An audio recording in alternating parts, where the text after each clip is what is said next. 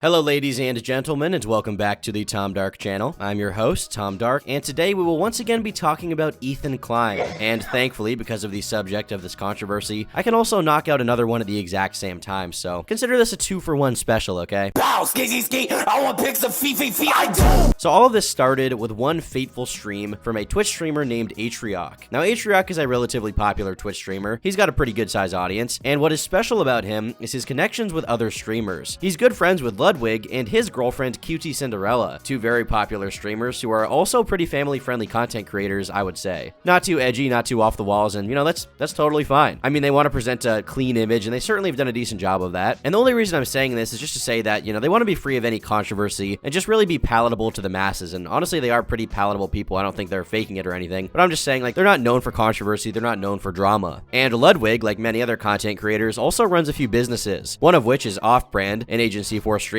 You've probably seen their merch if you spent any amount of time watching Twitch streams, and one of his main business partners is, or was, one of its founding members, Atrioc. Needless to say, these guys are not only good friends, but they also have business connections, which would make what came out about Atrioc all the more startling. So what happened? Well, as I'm sure many of you have probably heard, it all started with this clip. Good work back there. The syndicate took a serious blow.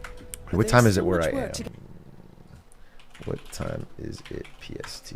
Now, if you weren't paying attention, you may have actually missed it, but if you slow down the footage, it seems like he accidentally tabbed into a website which shows a catalog of a bunch of girls. And his audience caught this and did a little digging, and they managed to discover that this blurry image was actually a not safe for work deepfake site, which specifically creates deepfakes of some of the most popular gaming personalities out there. Female gaming personalities, right? One of these personalities was Pokimane, someone who Atrioc knows and has worked with, and is obviously one of the most popular online personalities today in general. I mean, literally everyone knows who Pokimane is. And another one of them was Cutie Cinderella, the longtime girlfriend of his best friend and business partner, Ludwig. I mean, imagine if you found out that your best friend was basically spanking the monkey, so to speak, to images of your girlfriend. Not a very nice thing to wake up to. So when people found this out and caught him, you know, in the act, really red-handed, sweaty-handed, he somehow came to the brilliant realization that he should do a public apology with his wife on stream at the same exact time as he's on stream sitting next to him, which is how the majority of people even found out about this entire thing. I want to say, first of all, that it's true.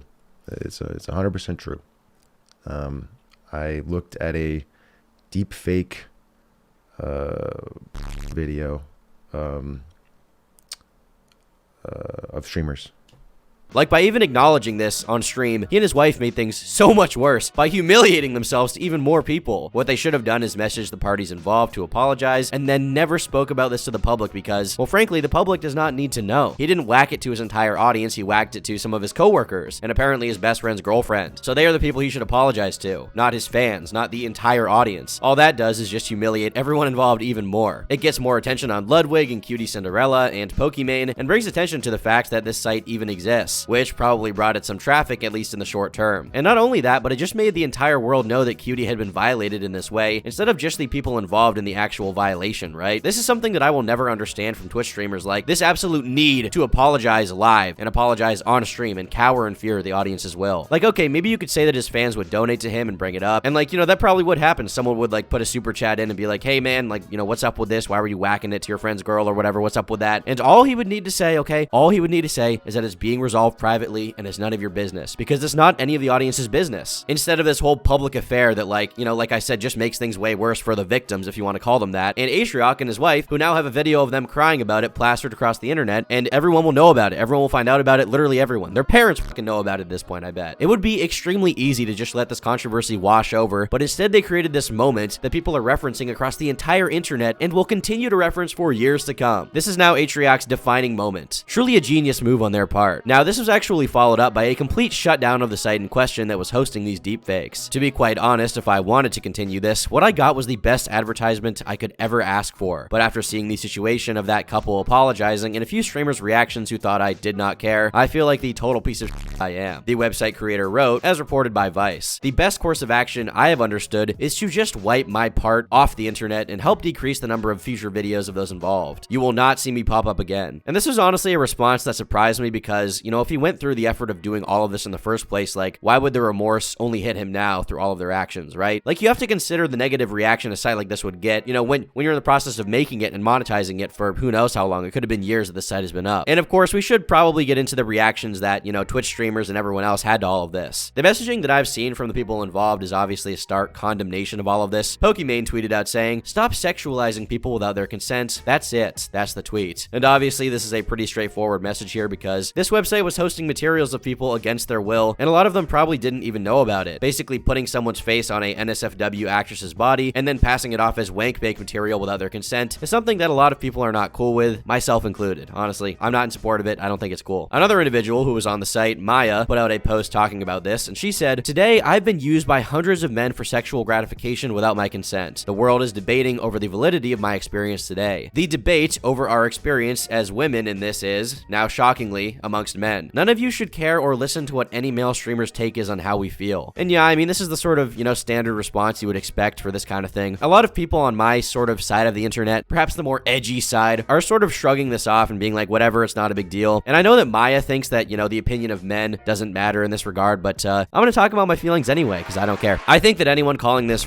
is grossly misusing that word. Even sexual assault is not a word I would use for it. Sexual harassment, maybe that's a term I could see used here, but it really is a situation where I don't know that we have a word to properly describe what this even is, considering deepfakes are such a new thing for literally the last 5 years or so. Maybe not even that, right? Maybe the technology is older, but since it's become really in the culture, it feels like that really started around 2020 or so. It's a very, very new thing. So I just don't know if we have words to describe what this is yet. None of these other definitions, these other words that people throw out in the situation really fit what this is. That being said, it's very easy to say that these women should stop complaining about this and they just need to toughen up because, this is how the internet works and they're millionaires or whatever, they're Twitch streamers. In the case of mean comments or making fun of someone, I would definitely agree with that. But much like with the fappening, my response in this scenario just has to be like, imagine this happening to someone you care about, right? Imagine this happening to like some girl your girlfriend, whatever, wife. Then you probably wouldn't be telling them to toughen up because it's definitely a violation in some way. And I do feel bad for these girls, These aren't OnlyFans girls or anything. They're just chicks who are on the internet and now they're having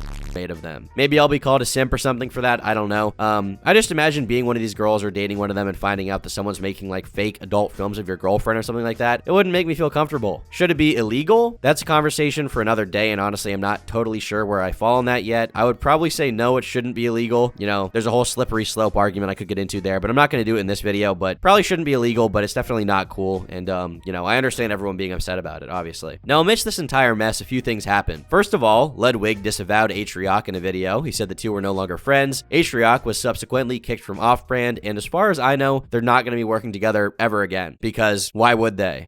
Next tweet was from Ray, who said it should be illegal to profit off of somebody's likeness in sex work without consent, whether it's fake or not. Talking about it will bring those sites more attention, but I hope this helps take a step forward in the right direction so that a law can be made to protect people from being used in this way. Cutie Cinderella in particular seems to have taken the situation pretty hard. The amount of body dysmorphia I've experienced since seeing these photos has ruined me. It's not as simple as just being violated. It's much more than that. She actually made a public stream where she talked about it and seemed pretty distraught. I wanted to go live because this is what pain looks like. This is what it looks like, okay? This is what it looks like. Fuck the f***ing internet. Fuck the constant exploitation and objectification of women. It's exhausting. It's exhausting. So obviously she's crying. She's going through it, as some people say. And a lot of people felt bad for her and expressed their sympathies because, she's going through a hard time. She's emotional. I mean, she's literally crying on live stream, right? You can't help but feel a little bad for her. But one of the people who did not feel bad was Ethan Klein, believe it or not. In fact, while a bunch of people felt bad for her, he was on his podcast watching it and laughing, howling, cackling. If you are able to look at women who are not selling themselves or benefiting off of being seen sexually.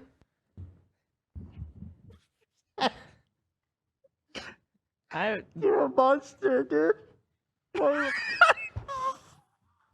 You guys are crazy. Why did you do that? Zach, what the bro?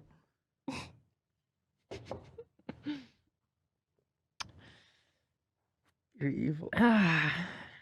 Evil.